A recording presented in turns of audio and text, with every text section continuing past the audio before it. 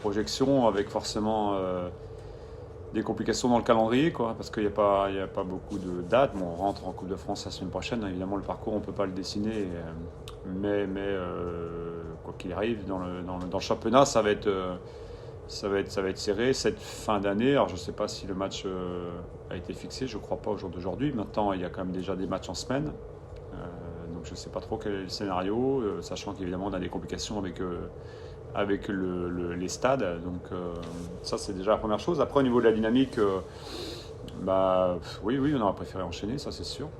Maintenant, c'est les aléas et puis on verra bien où on en est au niveau du rythme, au niveau, du niveau du physique, quoi. Pour l'instant on a évidemment toujours un petit peu d'interrogation quand on a une coupure comme ça d'une semaine. Oui, enfin comme beaucoup de clubs je pense, hein, avec les intempéries. Maintenant je pense qu'on va l'être souvent cette année. Bon, voilà, les installations ne sont pas adaptées à un fonctionnement d'une équipe professionnelle. Donc du coup, on est obligé de se rapatrier sur un terrain qui n'est pas en bon état, qui est fatigué un petit peu. Maintenant, on est content de l'avoir et on remercie la commune de Forêt-Foinant de nous le mettre à disposition. Mais c'est vrai que c'est un terrain qui est usé. L'année dernière, elle mettait assez peu parce qu'ils avaient refait les terrains ici, les terrains d'entraînement. Cette année, ils n'ont pas refait les terrains.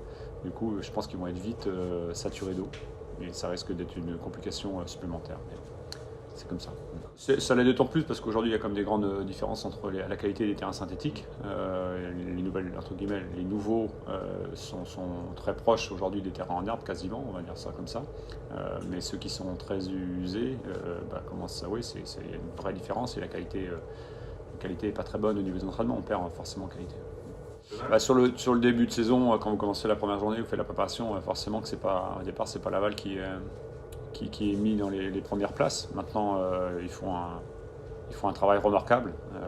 Voilà, quand on arrive à ce moment-là de la saison, il n'y a rien qui est au hasard. Je pense que c'est une équipe qui est évidemment complète, qui a 29 points aujourd'hui, je crois, qui encaisse très peu de buts, qui arrive on pensait qu'ils allaient peut-être accuser le coup après le match de Saint-Etienne, puisque c'était une défaite alors qu'ils étaient sur une superbe série.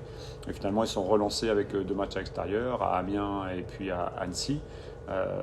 Non, c'est formidable ce qu'ils font. C'est une équipe qui est performante et aujourd'hui, effectivement, quand on arrive à ce moment-là de la saison, elle peut évidemment espérer rester très très longtemps dans ce haut du classement.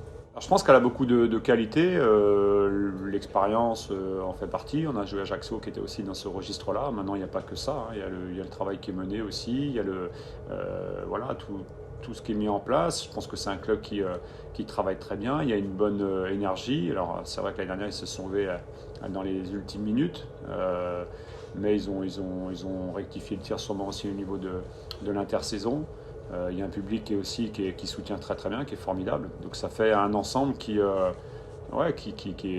vraiment très bien et qui fait plaisir à voir parce qu'on les connaît évidemment un peu mieux en les côtoyant depuis quelques saisons. Et on voit leur évolution, donc c'est remarquable. Je pense que nous, c'est pas se focaliser sur les points qu'on a pris dernièrement, parce que c'est vrai qu'on a pris beaucoup de points, mais je considère que on a été en renversant des situations, en marquant des buts, etc., avec beaucoup de cœur, d'énergie. Le groupe est très très bien dans l'investissement qui met en place.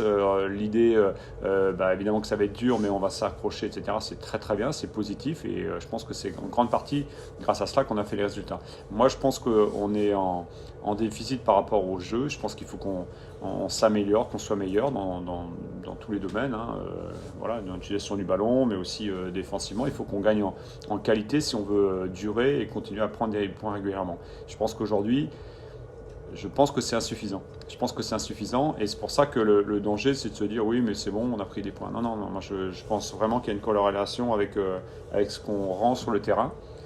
Qu'on garde cette énergie, cette volonté de pouvoir renverser des situations, même si on est mené, c'est très très positif. L'investissement, encore une fois, le travail qui est fait au quotidien, c'est formidable. Mais il faut qu'on avance aussi au niveau du contenu. C'est ça, il y a un peu de ça. Alors évidemment, il y a toujours une donnée qui est l'adversaire, qui modifie aussi psychologiquement peut-être son jeu. Hein. On peut penser qu'Ajaccio a reculé peut-être de quelques mètres, ou je ne sais pas.